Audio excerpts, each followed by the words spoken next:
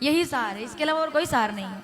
सार मतलब भस्म, सार मतलब भस्म है, भस्म का मतलब ही सार है। देखो राम राम क्यों जपना चाहिए? क्योंकि जीवन भर राम राम जो जपते हैं उन्हीं के शरीर के जब पंच तत्व विलीन हो जाते हैं तो वही कोई राख उड़ करके किसी शिवलिंग को छू जाती है। और शिवलिंग को छूने के लिए तो कोई उनको मंदिर भी जाने की जरूरत नहीं, कहीं हर पत्थर में हमारे यहाँ तो शिवलिंग है। ऐसा कोई नदी का किनारा नहीं होता जिसमें शंकर जी ना विराजे हों।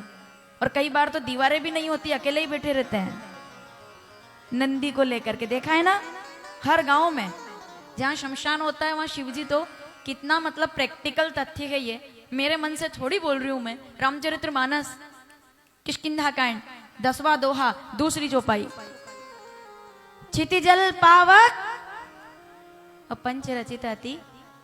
तो मिट्टी का शरीर मिट्टी में तो मिलेगा, फिर कहाँ जाएगा? मतलब कितना इससे ज्यादा मेरी वाणी में इससे ज्यादा बोलने की और समझाने की ताकत यहाँ आकर खत्म हो गई है। इसके बाद कुछ बचा ही नहीं मेरे पास। अब आप सुनिए सार क्या है कि मैं जहां पहुंचू वहां शमशान है, वहीं जाना है ना सबको। ना तो आपके तन पे वो कपड़े रहेंगे ना मेरे तन पे ये कपड़े रहेंगे, सब भरम में अपन, कुछ नहीं रहेगा। जैसे आए थे वैसे पूछेंगे, कुछ नहीं। कितना ही दुनिया कहते बहुत प्रेम करते, तो आखिर में तो सब खत्म हो जाता है, मोह मुक्ति हो जाती है, फिर तो क्या खत्म, मोक्ष चल दिए, घर वाले भी छोड़कर रह जाते हैं।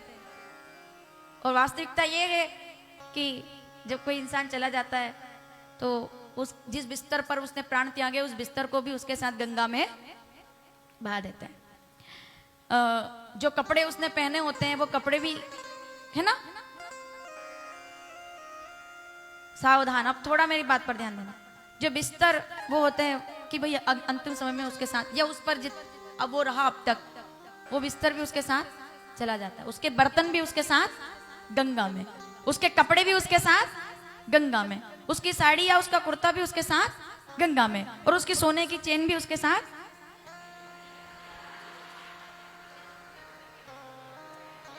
कमाल कर रहे हो, आप तो बदल गए, आपने तो बात खराब कर दी मेरी, गजब कर रहे हो।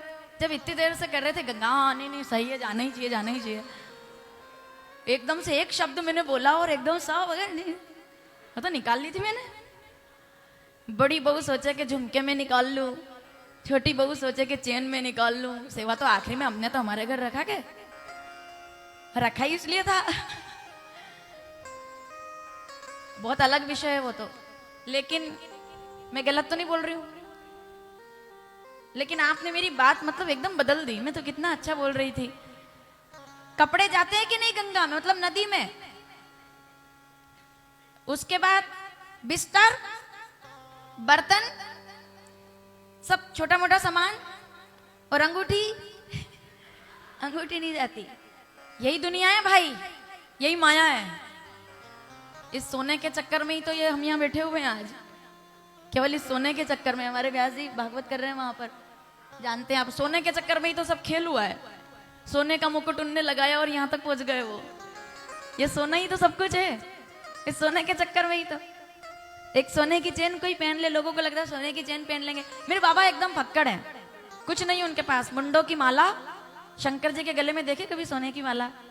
कभी उनके देखा शिव जी को यहाँ पे कोई सोने का मुकुट देखा कभी?